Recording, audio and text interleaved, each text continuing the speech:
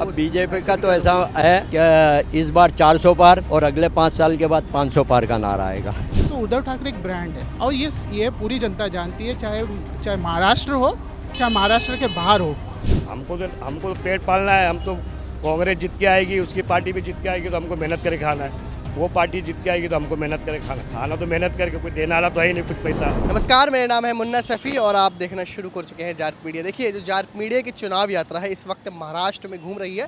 पूरा महाराष्ट्र का हम दौरा कर रहे हैं, लोगों से मूड जानने की कोशिश कर रहे हैं कि इस बार क्या होगा, क्योंकि महाराष्ट्र में जो राजनीति रही है पिछले दिनों उथल पुथल, शिवसेना, एकनाथ शिंदे, उद्धव ठाकरे शिवसेना, एनसीपी शरद पवार, अजीत पवार, बीजेपी और महाविकास आघाड़ी कांग्रेस और जितने भी तमाम इसमें दल हैं। लेकिन अभी हम खड़े हैं मीरा रोड पे और ये थाने लोकसभा में आता है। मीरा रोड जो है एक मुस्लिम बहुल इलाका है और ऐसे में जो है देश के मुसलमानों का मूड भी जान रहे हैं कि उनका क्या मूड है। और हमने उत्तर प्रदेश के मुसलमानों का मूड जाना, दिल्ली के मुसलमानों का मूड जाना, हमने हरियाणा के मुसलमानों का मूड जाना और तमाम जितने भी राज्य हैं तो बिहार के मुसलमानों को हमने मूड जाना। और ऐसे ही हम महाराष्ट्र के अंदर इस वक्त मीरा रोड पर जानेंगे इनका क्या मूड है। देखिए, यहाँ पर जो कॉम्पिटिशन है थाने में बड़ा दिलचस्प होने वाला, क्योंकि ये है कि शिवसेना एकनाथ शिंदे और शिवसेना उद्धव ठाकरे दोनों ने अपने प्रत्याशी उतारे हैं। राजद जो है वो शिवसेना के थे जब तक टूटी नहीं थी, लेकिन अब पार्टी टूट गई तो उसके बाद वो आ गए शिवसेना उद्धव ठाकरे राजन। लेकिन इस बार जो शिवसेना एकनाथ शिंदे है उन्होंने नरेश को उतारा है, अपना उम्मीदवार बनाया है। तो मुकाबला होने वाला है शिवसेना एकनाथ शिंदे और शिवसेना एकनाथ उद्धव ठाकरे। बड़ा दिलचस्प मुकाबला होने वाला। आप देख सकते हैं कि जो पार्टी एक हुआ करती थी वो अलग हो गई है। अब लोग कैसे वोट करेंगे, किस शिवसेना को वोट करेंगे, जो जनता से जानेंगे, थाने की जनता से जानेंगे, मीरा रोड की जनता से जानेंगे। सर, क्या नाम है आपका? मेरा नाम यूसुफ भाई है। यूसुफ भाई, क्या लगता है क्या माहौल चल रहा है दोनों पार्टी? माहौल तो है महाराष्ट्र में अब पार्टियों के दो टुकड़े हो चुके हैं। एनसीपी के भी दो और शिवसेना की भी दो। इलेक्शन में इंटरेस्टफुल है। इंटरेस्ट है? हाँ, टक्कर इंटरेस्ट है। टक्कर का है, टक्कर का। आगे कौन चलेगा, एकनाथ शिंदे उद्धव ठाकरे? अब देखो, ये तो है थाने जिला तो शिंदे का इलाका, लेकिन उद्धव ठाकरे का भी जोर है, जोर है। तो ये हाँ। पार्टी अलग हुई है कि आप इससे कंफ्यूज हैं? पार्टी अलग हुई तो लोग कंफ्यूज है, लेकिन असली शिवसेना तो लोग उद्धव ठाकरे वाले को मान रहे हैं। उद्धव ठाकरे और बाल ठाकरे के बेटे भी हैं। हाँ, बेटे भी है, इसीलिए यहाँ उद्धव ठाकरे का जोर है। हमारे जो इलाके में उद्धव ठाकरे का है। मुस्लिम इलाकों में विकास होता है क्या? विकास तो है, विकास है। विकास तो देखो, कोई भी गवर्नमेंट रहेगी, किसी की भी, ऐसा नहीं कि कांग्रेस है बीजेपी है, विकास तो बरसों से चले आता है। 70 सालों में अपने कांग्रेस अपने के नाम पे विकास का थप्पा लगा लेते हैं। विकास तो पहले से चले आ रहा है। 70 सालों में मुसलमान इलाकों को, चाहे हमारा दिल्ली का सेलमपुर हो गया, जाफराबाद हो गया, उत्तर प्रदेश संभल, मुरादाबाद, रामपुर, जितने भी हमारे इलाके हैं मुसलमानों के इलाके माने, और विकास की नज़र से देखेंगे तो विकास कुछ खासा नजर नहीं आता। मुंबई का मैं कह नहीं सकता, मीरा रोड देखने में तो काफ़ी डेवलप लग रहा है, लेकिन अंदर की बात आप बता। मीरा रोड तो बहुत डेवलप हुआ। यहाँ के जो पहले गए थे एमएलसी, उन्होंने बहुत डेवलप किया। मीरा रोड डेवलप है और अभी भी हो रहा है, इसमें कोई शंका नहीं है। क्या लगता है जो पार्टी अलग हुई है इसका कुछ बीजेपी को फायदा मिलेगा कि एनसीपी को? अब बीजेपी का तो ऐसा है कि इस बार 400 पार और अगले 5 साल के बाद 500 पार का नारा आएगा। बीजेपी का तो काम हुआ है बीजेपी की सरकार में? नारा यही लगेगा, नारा यही लगेगा। ऐसा है बीजेपी का। तो महाराष्ट्र की जो राजनीति है बड़ी उथल पुथल रही है। हाँ, उथल पुथल है ना। 5 दिन के लिए सरकार बनती है, 2.5 साल के लिए बनती है, फिर पलट जाती है। स्थिरता होती है ना। इस बार जो नई पार्टी बनी ना, 2 टुकड़े हुए, शिंदे का और एनसीपी का, वो अजीत पवार वाला, वो पार्टी खलास हो जाएगी। अजीत पवार की भी इलेक्शन के बाद और शिंदे की भी खत्म हो जाएगी। कहीं ऐसा ना हो कि एकनाथ शिंदे और अजीत पवार को अच्छा बहुमत ना मिले, समर्थन ना मिला और इनको दरकिनार कर दिया आगे जाके। वही होने का है, दरकिनार होएगा। दरकिनार होगा। सर, क्या नाम है आपका?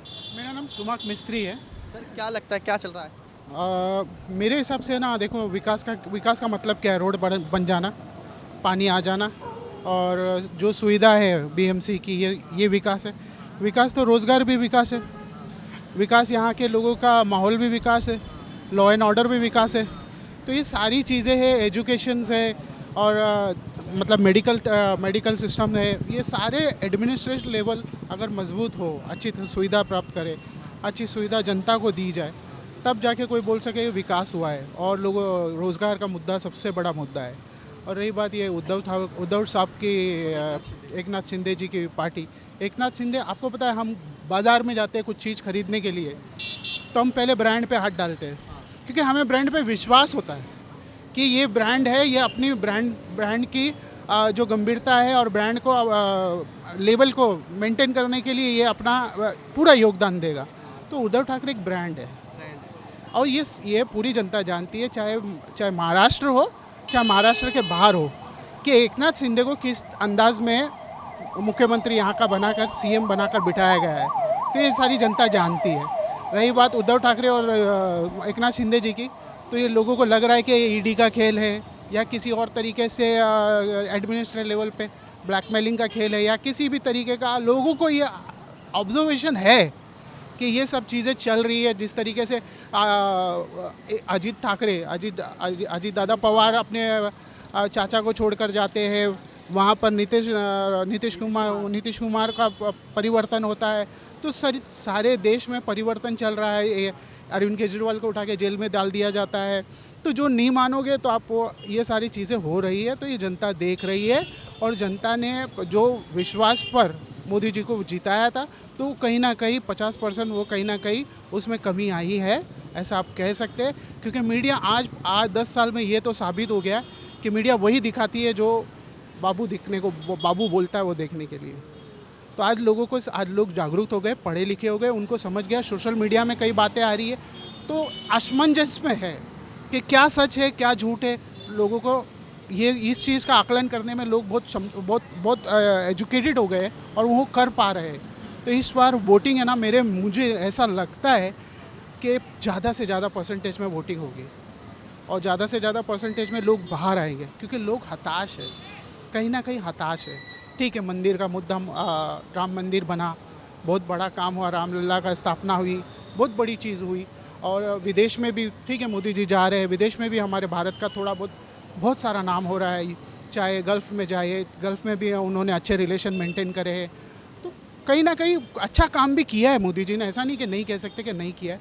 लेकिन कहीं ना कहीं रोज़गार का मुद्दा जो जनरल मुद्दा है, महंगाई का मुद्दा है। अभी पेट्रोल देखो, हम लोग सोचना पड़ता है, एक आम आदमी को पेट्रोल डालने के लिए सोचना पड़ता है कि भाई कि मुझे पेट्रोल डालना है और मुझे यहाँ जाना है और यहाँ जाना। सब्जी, अचानक से सब्जी के भाव बढ़ जाते हैं, तो वो इनकम ऑफ सोर्सेज अगर जनरेट होगी तो ये सारी महंगाई भी हम बर्दाश्त कर लेंगे।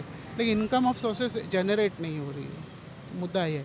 तो इस बार का इलेक्शन बहुत शानदार होगा, हर क्षेत्र में शानदार होगा।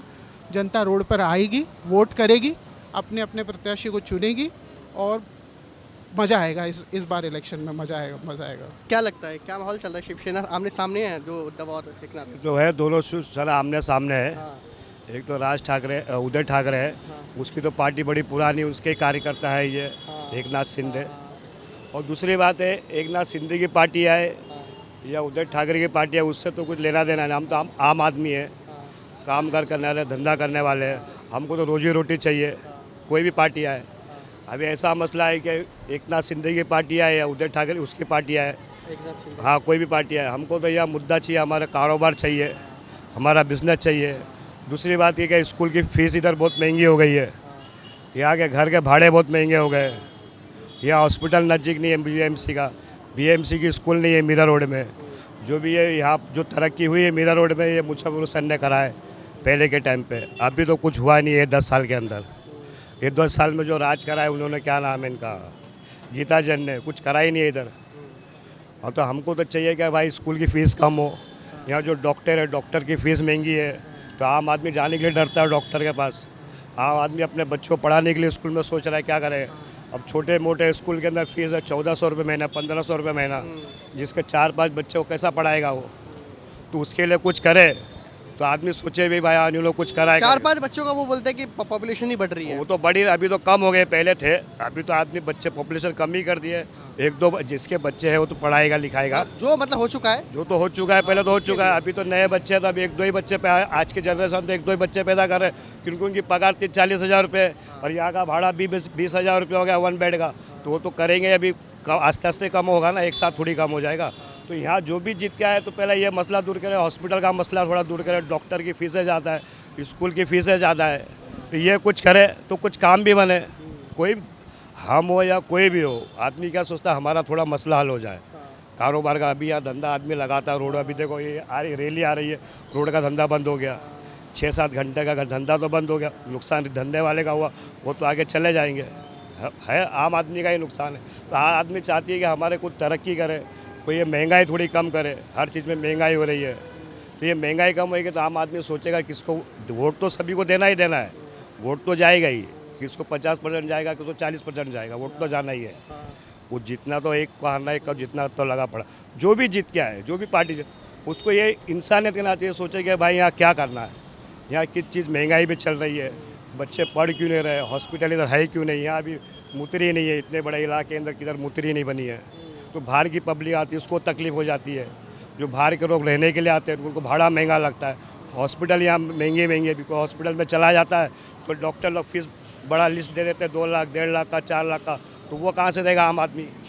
तो इसके लिए सोचे जा रहा, कोई भी जीत के आए, हमको तो पेट पालना है। हम तो कांग्रेस जीत के आएगी, उसकी पार्टी भी जीत के आएगी तो हमको मेहनत करके खाना है, वो पार्टी जीत के आएगी तो हमको मेहनत करके खाना तो मेहनत करके, कोई देने वाला तो है ही नहीं कुछ पैसा, कोई देगा, कोई नहीं देगा।